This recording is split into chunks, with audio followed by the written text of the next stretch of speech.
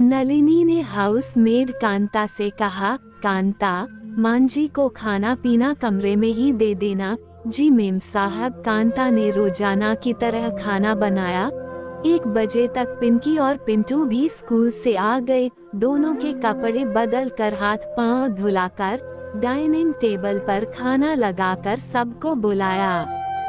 अरे आंटी, आप दादी को बुलाकर नहीं लाई? ठहरो, मैं बुला लाता हूँ। पिंटू ने बड़े भाई होने का फर्ज निभाते हुए कहा। पिंकी बोली, मैं भी चलती हूँ भैया, दादी को लेकर आते हैं। कोई कहीं जाएगा? दादी को खाना उनके रूम में दे दिया है, वहीं खा रही हैं वो। तुम लोग चुपचाप अपना लंच करो। नलिनी ने कहा, दादी की तबीयत ठीक नहीं है। मम्मी क्या? दोनों बच्चे एक साथ बोले, हाँ थोड़ी तबीयत ठीक नहीं है, खांसी हो गई है उनको। तुम लोग दूर रहना उनसे, कहीं तुम्हें भी ना लग जाए उनसे। नलिनी ने कहा तो बच्चों ने सिर हिलाकर हाँ कहा। बच्चे तो बच्चे होते हैं। थोड़ी देर में दादी के रूम में कूदते फांदते पहुंच गए। दादी सो रही थीं, तो वापस आ गए। नलिनी ने देख लिया तो फिर मना किया। खैर शाम को रजत के ऑफिस से आते ही मांझी को डॉक्टर के पास भेजकर दवा मंगा ली।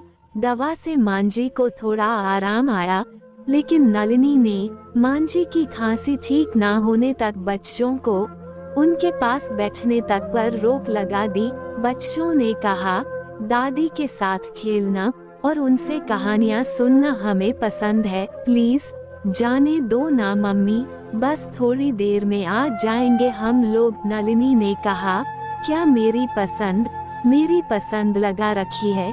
जो कहा जा रहा है वो करो, मेरी पसंद चलेगी, तुम्हारे भले के लिए कह रही हूँ, माँ हूँ तुम्हारी।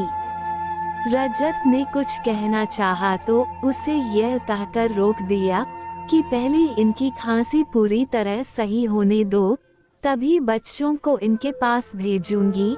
इस समय फरवरी के महीने में जाती हुई ठंड में इनको खांसी हो रही है, कहीं टीबी हुआ, हर समय खांसती रहती हैं ये सब बोलकर मांझी के खाने पीने के बर्तन तक अलग कर डाले। रजत घर की सुख शांति के लिए चुप रहा, परंतु अपनी मम्मी का टीबी का टेस्ट करवाया और सभी टेस्ट करवाने के बाद जो नतीजा सामने आया वो ये था कि मांझी को इस मौसम में वातावरण में परागकणों के बढ़ने के कारण खांसी आ रही थी, जो एंटी एलर्जिक दवाइयों को देने पर धीरे धीरे कम होने लगी। मम्मी की तबीयत सही होते देख रजत ने नलिनी को समझाया, मम्मी बिल्कुल ठीक है, मौसमी एलर्जी की वजह से खांसी हुई थी जो कम हो रही है।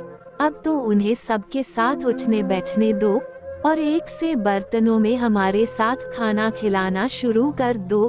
खांसी जुकाम तो किसी को भी हो सकता है, और अब तो माँ की खांसी का असल कारण भी पता चल गया है। बच्चों को भी दादी के साथ खेलने दो, माँ का मन करता है सबके साथ उठने बैठने का, और बच्चों में उनकी जान बसती है। तुम्हें बस अपनी मम्मी की पड़ी है, बच्चे तुम्हारे भी हैं, कुछ सोचकर ही किया है, बर्तन अलग ही रहने दो इनके, अभी तो कहकर चुप करा दिया। नलिनी ने रजत को धीरे धीरे मार्च का महीना बीतने लगा। मांझी को नामात्र की खांसी रह गई थी, परंतु बच्चों को मिलने की मनाही थी और खाना भी उनको उनके रूम में ही दिया जाता है। इधर नलिनी की मम्मी अप्रैल के शुरुआत में नलिनी के घर रहने के लिए आने वाली हैं। नलिनी ने अपनी मम्मी के स्वागत की ढेरों तैयारियां शुरू कर दी। जिस दिन वो आने वाली हैं, घर में उठती सुगंधित खाद्य सामग्री की खुशबू से रास्ता चलते राहगीरों के नथुने फड़कने लगे। एंड शाम को जब उनकी फ्लाइट लैंड करी तभी घनघोर घटा घिर आई और जमकर बारिश होने लगी। कैब से निकलते निकलते घर के अंदर पहुंची, तब तक ताबड़तोड़ बरसात की लहर से भीग गई दमयंती जी। खैर जल्दी से मम्मी को ड्राइंग रूम में बिठा कर नलिनी ने तौलिया दिया। सिर पोंछते पोंछते दमयंती जी को एक बार तो छींकों की झड़ी सी लग गई। छींक रुकी तो दमयंती जी को हल्की खांसी आने लगी। सुबह से पिंकी और पिंटू जो नानी के आने पर बहुत खुश थे, वो नानी को इस हालत में देखकर परेशान हो गए। दमयंती जी को वहीं छोड़कर किचन की ओर गए। देखा उनकी मम्मी अदरक वाली बढ़िया गर्मा गर्म चाय बना चुकी हैं और कप में छानने वाली है। मम्मी, 1 मिनट रुको, इस कप में चाय मत छानो, प्लेट भी दूसरी लो मम्मी। पिंटू बोला, क्यों हुआ बेटा, गंदा है क्या ये कप प्लेट? नलिनी ने पूछा। मम्मी, नानी को इस कप में नहीं उस कप में चाय दो, उंगली से इशारा करते हुए पिंकी बोली। पिंकी की नजर का पीछा करती नलिनी की नजर कप पर पहुंची। नलिनी क्या देखती है कि मम्मी जी के नीचे की तरफ रखे बर्तनों की और पिंकी ने इशारा किया है, पर इन बर्तनों में क्यों? दादी को भी तो खांसी में, कब से आप इन्हीं बर्तनों में खिला पिला रही हो? नानी को भी खांसी जुकाम है तो उनके बर्तन अलग कर दो। पिंटू बोला, हाँ भैया, हम नानी के पास जाएंगे भी नहीं, उनके रूम में बिल्कुल नहीं जाएंगे। पिंकी बोली, अरे नहीं नहीं बच्चों, नानी को बारिश में भीगने की वजह से खांसी जुकाम हो गया है और कुछ नहीं।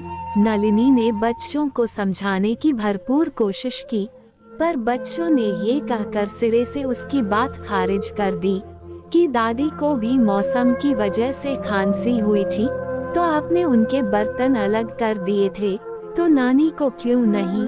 बच्चों की बात सुनकर नलिनी को अपनी इतने दिनों की करनी आंखों के आगे घूमती नजर आई। अब आज जब अपनी मम्मी पर आन पड़ी तो नलिनी अपने बनाए झूठे जाल में तड़प रही है, कसमसा रही है। कैसे कहे कि बच्चों को दादी से दूर रखने और अपना स्वामित्व दिखने के लिए ये सब किया उसने। सच ही कहा गया है, जाके पाँव ना फटे बिवाए, वो क्या जाने पीर पर आए। फिलहाल बच्चों ने मम्मी को आईना दिखा दिया। नलिनी की मम्मी को जब सारी बातें पता चली तो नलिनी को कसकर डांट लगाई। उन्होंने अपनी समधन से माफी मांगी। उन्होंने नलिनी से भी माफी मंगवाई। जितने दिन दमयंती जी वहाँ रही, समधन जी के साथ ही रही दमयंती जी, और हाँ, नानी का जुकाम ठीक हुआ। फिर तो बच्चों ने दादी नानी दोनों के साथ खूब मस्ती की। अब बेरोक टोक दादी के रूम में फिर से बच्चे महफिल जमाने लगे हैं।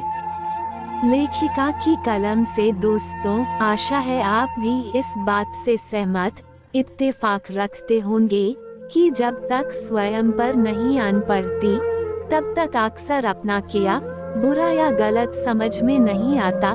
कहानी में नलिनी को जब बच्चों के द्वारा जैसे को तैसा पलट कर दिया गया, तभी उसका दिमाग ठिकाने आया और अपनी करनी पर शायद थोड़ा बहुत पछतावा हुआ। दोस्तों, कहानी कैसी लगी कमेंट में अपनी राय जरूर दें। हमारे चैनल पर नहीं हो तो सब्सक्राइब कर लेना। धन्यवाद।